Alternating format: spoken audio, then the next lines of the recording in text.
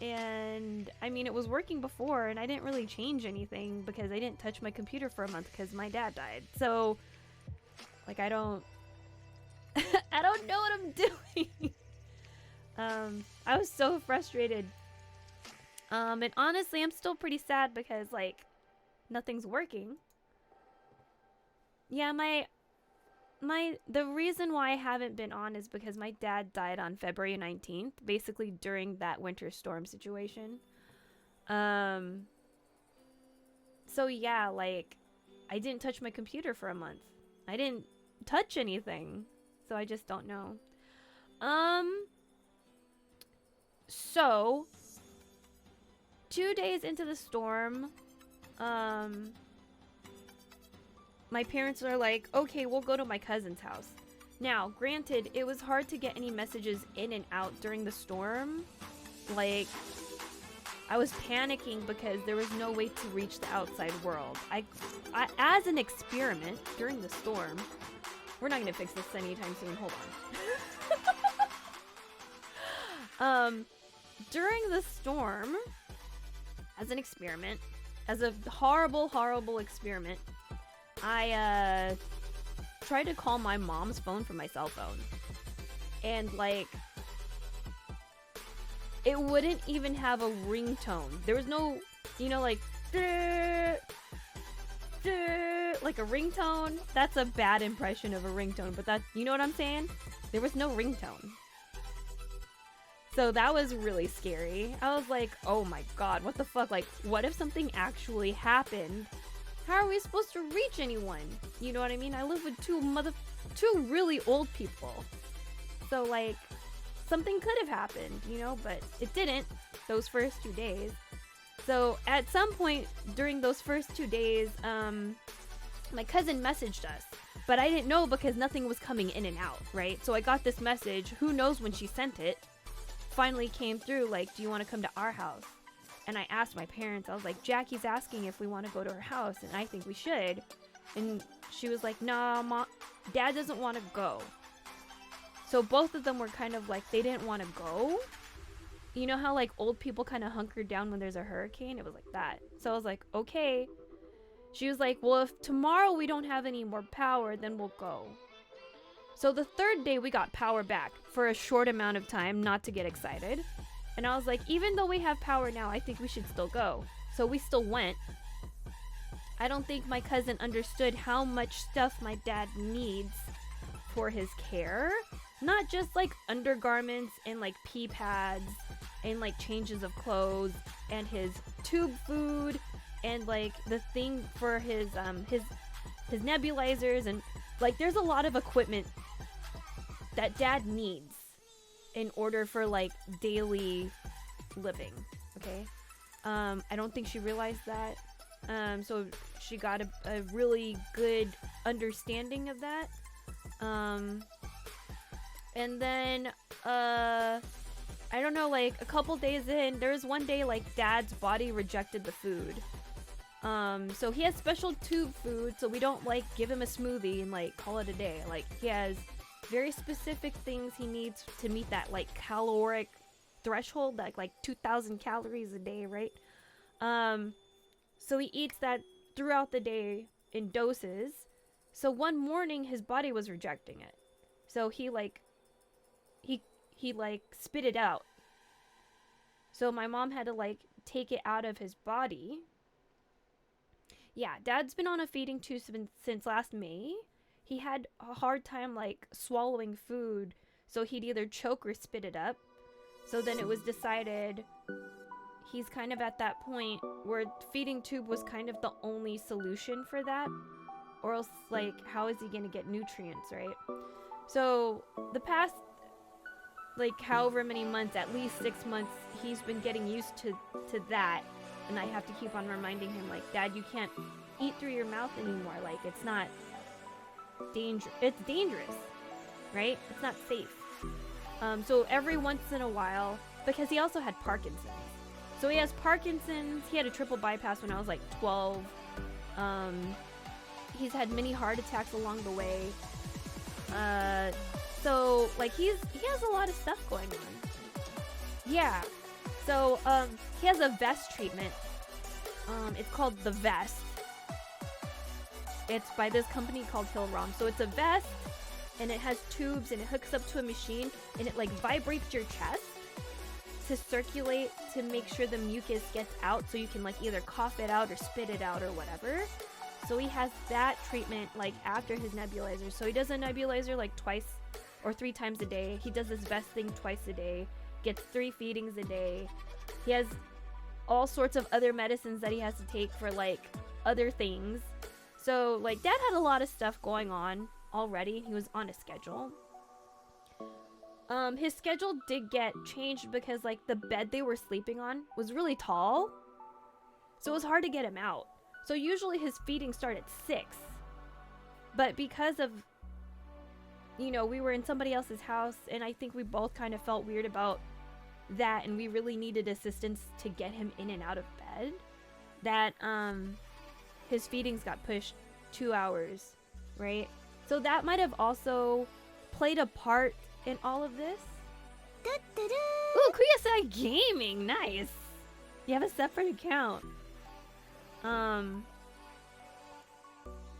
Cause like the shock of the weather, the stress of being in this house, because at first my dad didn't recognize where he was.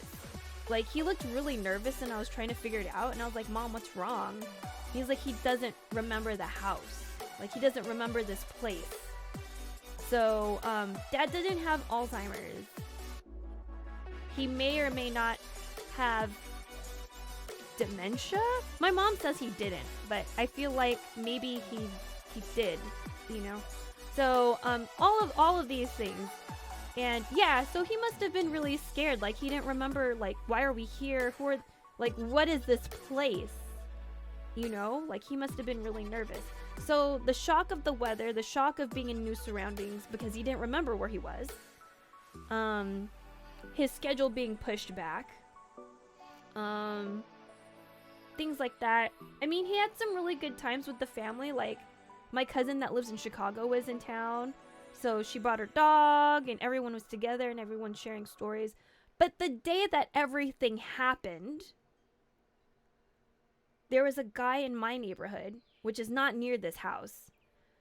Some guy in my neighborhood's fixing other people's houses, so my mom was like, hey, this is a good time to try to get a quote. So I'm gonna stay back with Dad and watch Dad while my cousin and her husband take my mom to go talk to this guy and also get Dad's potty, because Dad can't sit on a regular toilet. So he has adult diapers, he has Depends, and pee pads.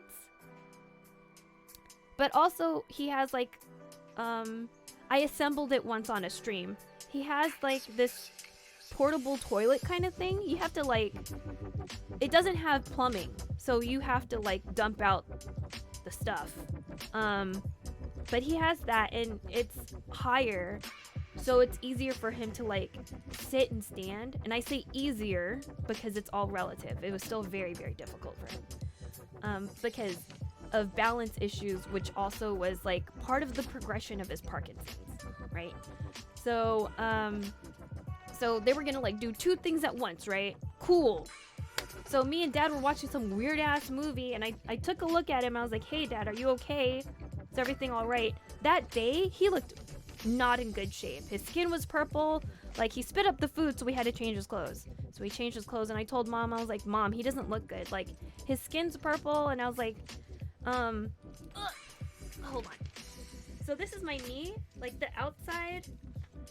It felt like the outside of his knee bone was like protruding. And I was like, Mom, like, I don't think this is normal. Like I kept on telling my mom things. And honestly, I felt like maybe we need to call my brothers today before anything happened. Because Dad was just like, he didn't look good that day. And weeks before he was doing this thing, like he's been having posture issues, but he's been doing like this, like really, really hunched over and super leaning to one side. So I would try to get him to center himself. So I would put like a mirror on the dinner table and be like, try to be able to see yourself in the mirror, and that would be center. You know what I mean? Like that made sense to me. So he honestly, he's just been having a really hard time. and like he couldn't keep his eyes open. Like he wasn't sleepy, but he couldn't keep his eyes open.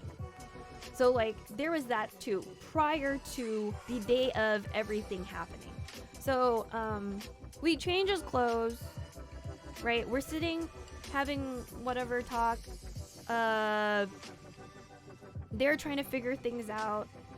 And then I go to him at one point. I was like, oh, he's like sitting up and he's centered. And I was like, good job.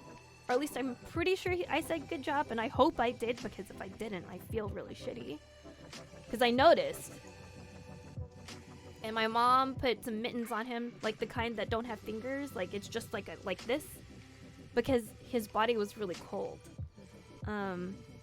But to be honest, all of us have really shitty circulation. So we just thought he was cold. Like, you know, like bad circulation or whatever. And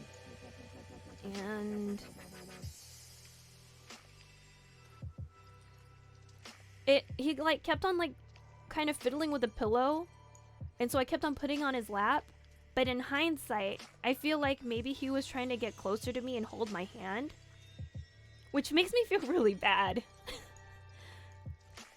So I kept on putting this pillow back, and I was like, what's going on? Like, he's trying to get out of the chair and, like, straighten up or, like, do something.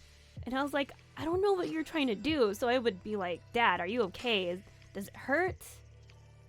Is everything okay? Are you, you know, he'd be like, yes. And I'm like, okay.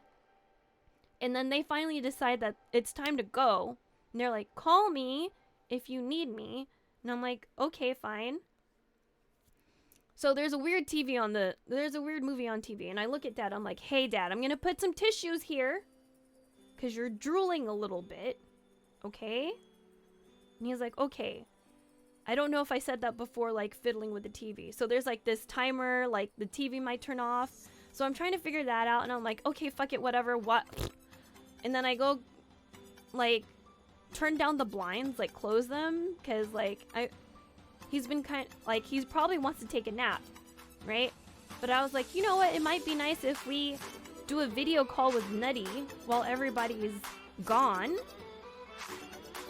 By the time I get back to Dad, I notice there's, like, a lot of drool. And I was like, that's weird. So I checked out. I'm like, hey, Dad. And, like, he's not being responsive. He's not being responsive. And I was like, oh, my God. And I was like, Dad. And I was like, oh, my God, what the fuck? And so I'm, like, desperately trying to, like, I can't remember how to dial my mom's number. I'm like, what the fuck? And I'm like, Mom, you fucking have to come back. He's not responsive. And she was like, he's not. And the way she said it is like, oh, he's not responsive. I was like, oh my God, what the fuck? Just get your ass back here. Like, what the fuck? Like, oh, he's not being responsive. Like, I clearly remember that's how my mom's voice sounded. And then they come through the door.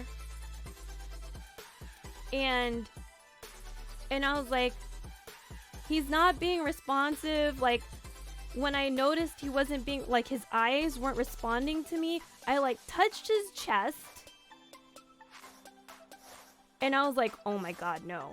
No. I was like, Dad, no. Before I, like, finally figured out how to dial my phone. And so my cousin did CPR. My cousin-in-law did CPR. And, like, then my cousin was like, call 911. And I called 911. And they asked me questions or whatever. And my cousin was like, are they coming? And I'm like, oh my God, you guys. Like, they're just asking me questions. I don't know how this... you know what I mean? So, so yeah, like, 911 finally came. And my other cousin, her sister, and her parents, because they live very close by, they came, like, following the ambulance. I guess the ambulance didn't know how to get there. I don't know what the fuck. And then they started whatever, and, like, a sheriff asked me questions, and some other guy asked me questions, and, like, the questions I couldn't answer, I was like, Mom, you need to answer these fucking questions. And then we called Randy, which is the oldest sibling, and I was like, we need to call Robbie because he's gonna be really pissed off if we don't call him. And we couldn't, my mom has 2 phones, one for her, one for dad, but dad obviously can't use his phone because he doesn't know how to use it. We couldn't find those phones. So, so yeah, and then the second guy that was talking to me, he was like, do you understand what's going on? Like, it's up to you guys. Like, we're not really getting a response. But if you want us to keep trying, and let's say there is a response, neurologically, he's not going to be the same person.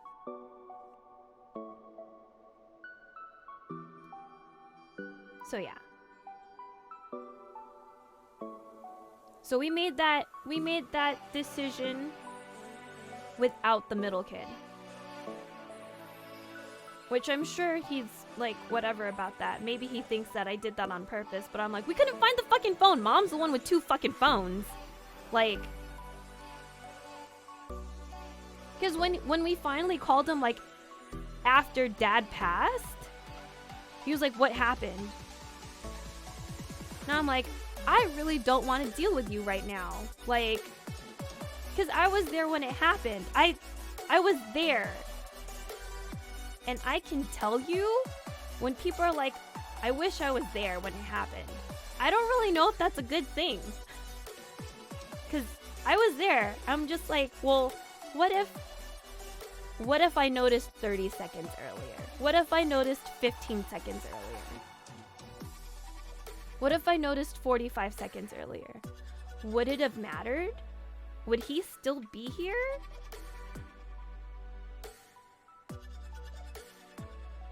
Like, I don't know. So, because yeah, there was a TV thing and then the blinds, and then I came back to dad, and then, you know what I mean? He might have already been gone by then. Within 1 or 2 minutes. And then it took me that long to notice. You know? So that's just overwhelming in general, and he was also having it incredibly rough. Yeah. Dad had a lot of shit going on. And dad wasn't a perfect person when he was a more able-bodied person. But I mean, he tried. You know, there are worse fathers out there. Dad was actually pretty nice. And at the funeral, everyone was like, a lot of people came up to me and they're like, you know, your dad welcomed me at the church. He was so nice and all this stuff. So I was just like, man, I had no idea this many people were so touched by my dad, you know? So no, that was a kind of nice surprise that I never knew. But yeah, Picasso, we're broken. We're broken. But yeah, so I was there when my dad died.